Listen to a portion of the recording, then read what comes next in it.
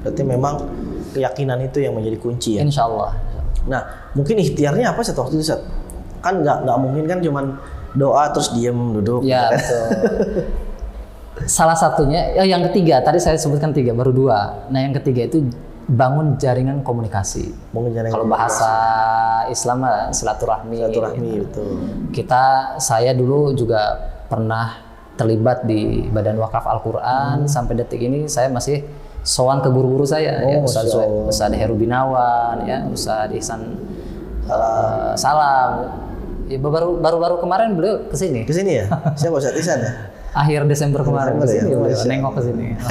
Jadi walaupun saya sudah tidak menjadi bagian dari Badan Wakaf Al-Quran, masih sowan ke guru-guru. Ya, termasuk juga sahabat-sahabat yang pernah kita bertemu di satu forum. Misalnya MTR, Masyarakat Tanpa Riba, ada salah satu penggiatnya di Tangerang, kita masih komunikasi. Jadi beliau juga wakaf beberapa fasilitas nih. Berarti itu ya bangun networking juga ya? Networking, betul. Jadi husnudzon kepada Allah, doa ibu, ya, networking. Husnudzon sama Allah, doa ibu, sama networking. Iya. Itu yang dilakukan sama Ustadz Latif? Yang saya pribadi dan mendorong teman-teman lakukan. Betul. Seperti itu ya. Masya Allah, luar biasa ya. Dan memang prosesnya itu sekitar dari 2015 itu ya? Iya. Sampai sekarang sekitar 7 tahun ya? 7 tahun. 7 tahun ya? Kalau dari mimpi, tapi kalau perintisan 2019. 2019 ya? Memang sih butuh proses ya? Butuh proses, betul. Karena kan Allah itu kan memang nguji dulu ya? Betul. Ini orang benar kan nih? Konsistensi. Ya. Benar kan nih mau bangunin, ntar diuji begini gagal lah, udah gitu. Betul, kan? Betul. Nah kemudian gini Ustaz, saya mau tahu dong Ustaz, profil dari sekolah ini ya, Insan Tama ya, kalau Ustaz, Insan Tama di sini. Kalau saya lihat itu unik ya memang ya. Memang sedikit sih sekolah itu yang memang menerapkan itu yang tadi seperti Ustadz Latif katakan. Terus juga tadi unik tuh, orang-orang pada pakai sepatu dilepas sepatu. Ya kan? Nah saya pengen tahu dong profilnya gimana sih? Ya, jadi SDIT Insan Tama Rangkas Bitung ini adalah salah satu cabang dari Insan Tama Bogor ya, pusat. Bogor ya. Nah dari sisi pengelolaan pendanaan kita mandiri. Ya, jadi kita di support sistem dan lain sebagainya. Tapi pengelolaan pendanaan, sarpras, termasuk kepengurusan kita mandiri. Mandiri ya. Mandiri. Nah SDIT Insan Tama sendiri secara operasional kita dalam naungan Kemendikbud. Kemendikbud ya. Sehingga kurikulum yang kita gunakan juga kurikulum yang sudah jadi aturan Kemendikbud. Ya. Misalnya kurikulum 13 kalau sebelumnya, kalau sekarang misalnya kurikulum Merdeka. Nah di Insan Tama ada 3 misi dalam mendidik anak-anak ya, siswa-siswi. Yang pertama adalah membentuk kepribadian Islam, syakhsiah Islamnya. Ya, kemudian yang kedua menguasai sakofah Islam, wawasan Islam. Yang ketiga menguasai sains dan teknologi. Nah 3 misi ini di breakdown dalam bentuk program sekolah. Jadi sehingga visi misi itu bukan formalitas, hanya pajangan, tidak. Real ya. Tapi memang terejawantahkan, terjemahkan di dalam program-program sekolah, bahkan di kelas. Nah misi sekolah dengan program sekolah itu juga belum cukup.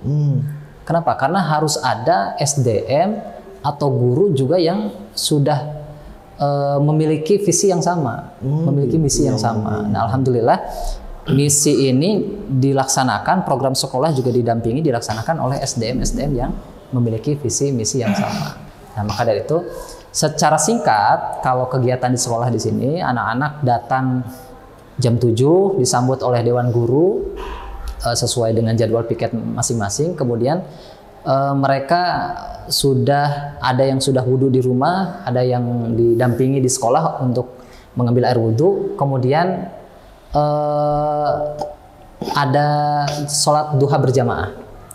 Nah, sholat duha berjamaah ini adalah salah satu sarana dari dewan guru untuk membimbing, meluruskan, membenarkan gerakan dan bacaan sholat.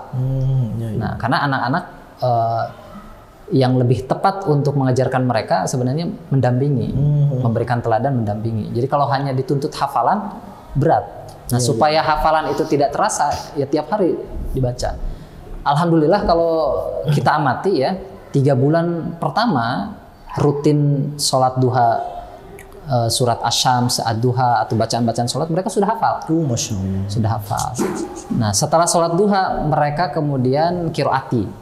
Nah kiroati juga salah satu metode baca Al-Quran yang diadopsi oleh Insan Tama seluruh Indonesia. Karena kiroati punya struktur yang berbeda, punya metodologi yang khas, termasuk yang kami anggap metode baca Al-Quran yang paling selektif. Nah, alhamdulillah anak-anak juga di sini sudah menggunakan kitab-kitab kiroati. Jadi tahsin bacaan Al-Qurannya metode kiroati. Setelah itu ada snack time, kemudian istirahat. Nah, seperti biasa ada akademik ya, ada yang kelas bawah itu calistung, tematik. Nanti ada sunnah Rasulullah yang mungkin sekolah-sekolah lain belum realisasikan. Qailullah. Oh, tidur siang. Tidur siang sebelum zuhur. Nah, walaupun memang kayak di Jepang saja. Oh iya. Jepang itu kan pada tidur siang. Karena memang kan Rasulullah itu kan, saya setuju nih. Karena memang Rasulullah itu kan memerintahkan kita ya sebelum zuhur itu ya. Sebelum zuhur. Terus gimana Ustaz? Nah, Qailullah itu Ustaz. Di sini memang untuk semester ini kita masih adaptasi untuk tahun ajaran depan ya. Jadi 15 menit kita optimalkan anak-anak itu didorong untuk tidur siang. Walaupun masih ada yang lari. Tapi 2 pekan ini sudah mulai kondusif anak-anak tidur ya. Nah setelah itu baru kemudian mereka makan siang, sholat zuhur berjamaah. Ya, setelah zuhur berjamaah itu ada tahsin metode tes. Jadi setiap 2 jam di sekolah ini 10 menit tilawah. Nah kita juga mengadopsi tahfidnya metode tes. Nah setiap pekan itu ada beberapa hari ba'da zuhur, ba'da qobliyah, ba'diyah zuhur itu ada kelas bahasa. Ya, ada bahasa Arab dan bahasa Inggris. Jadi anak-anak diberi kosakata, ya, muhadasah. Kemudian setelah itu kembali ke kelas kiroati sesi yang kedua. Jadi baca Quran di kita, belajar Qurannya di sesi pagi dengan sesi siang. Nah setelah itu kepulangan. Untuk kelas 1, 2, 3 mereka pulang jam 2, jam 2.15. Untuk kelas 4, 5, 6 mereka pulang asar, pada asar. Jadi sholat berjamaah asar. Nah kira-kira seperti itu. Kalau kurikulum kita ikut dinas dengan konsep Insan Tama. Insan Tama ya. Iya.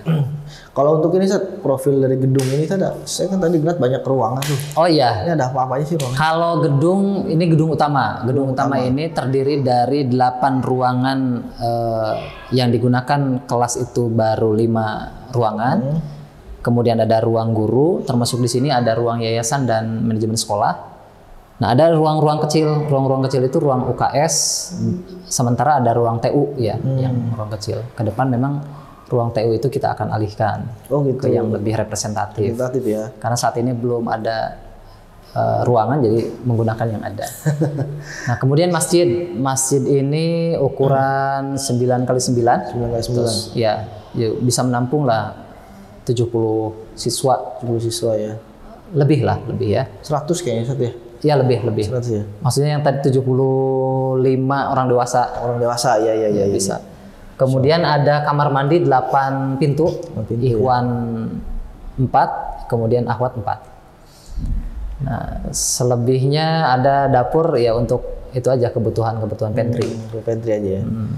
Masya Allah. Satu lagi harapannya apa Ustaz? Ya, harapan kami memang dengan segala keterbatasan yang ada, yang berawal kita sewa 3 tahun di gedung yang menurut orang-orang tuh seolah nggak layak lah dari sisi bangunan ya. Tapi lagi-lagi kita juga tahadus binimatillah. Dengan kondisi yang seperti itu, banyak di antara masyarakat ya khususnya wali murid yang justru memberikan amanah ke kita gitu. Masya Allah. Bahkan ada yang heran juga kok bangunan seperti ini ada ya orang tua yang mau sekolah di sini gitu.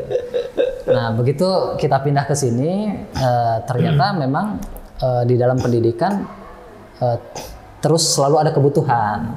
Ya tiap tahun siswa bertambah, bersamaan itu pula kebutuhan ruangan juga harus terrealisasi. Memang harapannya kami juga berharap ya, di antara para donatur atau masyarakat yang ingin berkontribusi ya, baik itu menjadi bagian keluarga yayasan atau lembaga maksudnya Sivitas Akademika Insan Tama Rangkas Bitung, baik dia mendaftarkan anandanya atau mungkin berkontribusi dalam menyalurkan amal jariah, ya bisa wakaf. Insya Allah lembaga kami juga bisa membantu merealisasikan wakaf-wakaf itu untuk digunakan fasilitas bersama ya, dalam hal pendidikan. Yang kedua, selain harapan Sarpras, yang kedua adalah harapan kami juga semakin Sarpras itu meningkat, ya, berkembang, juga harapannya peserta didik juga bertambah. Nah, tentu ini juga menjadi PR kami agar tetap menjaga mutu kualitas. Ya, misalnya tadi kita sampaikan metode bacanya qiraati. Nah, harapan kami juga semakin banyak di antara guru-guru kami yang memiliki syahadah qiraati. Karena saat ini baru satu orang. Ya, satu orang yang memiliki syahadah. Masya Allah, mudah-mudahan semakin banyak ya. Gitu. Semakin banyak. Masya Allah. Amin. Insya Allah. Baik Ustaz, syukron. Ya, atas bincang-bincangnya, mudah-mudahan ini bisa menjadi sebuah tayangan edukatif dan informatif. Insya Allah. Mudah-mudahan ya. Baik Ustaz, syukron. Ya, baik.